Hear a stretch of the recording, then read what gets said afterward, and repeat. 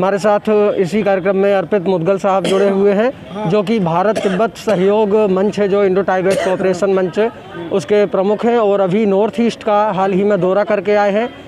उनके शब्दों में जानते हैं कुछ बातें।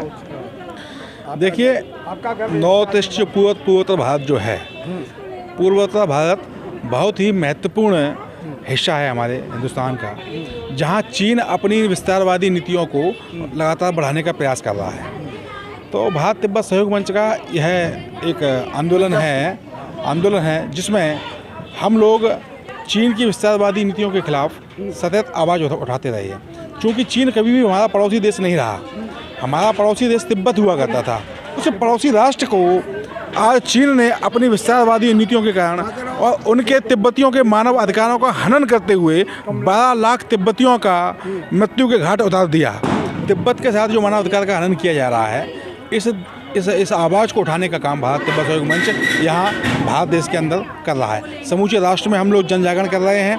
कैलाश मानसरोवर की मुक्ति और भारत की सीमाओं की सुरक्षा को लेके हमारा संगठन काम कर रहा है और हम लोग इस मिलकर जन जागरण के काम में पूरे भारतवर्ष में लगे हुए हैं। अभी नॉर्थ ईस्ट में आप जो गए थे जिस कार्यभार के चलते, उसमें कोई खास क्रियाएं, एक्शंस जो किए गए, उनके बारे में संक्षेप में बता। देखिए, उस समय राष्ट्रीय कार्य समिति की हमारी 2 दिवसीय बैठक थी। उस राष्ट्रीय कार्य समिति में माननीय इंद्रेश जी हमारे संरक्षक हैं और उनके माध्यम से पूरी राष्ट्रीय कार्य समिति की घोषणा की गई।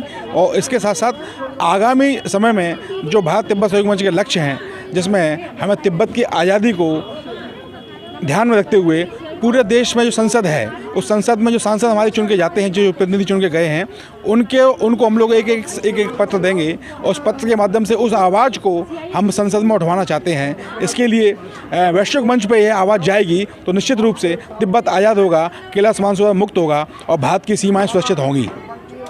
धन्यवाद।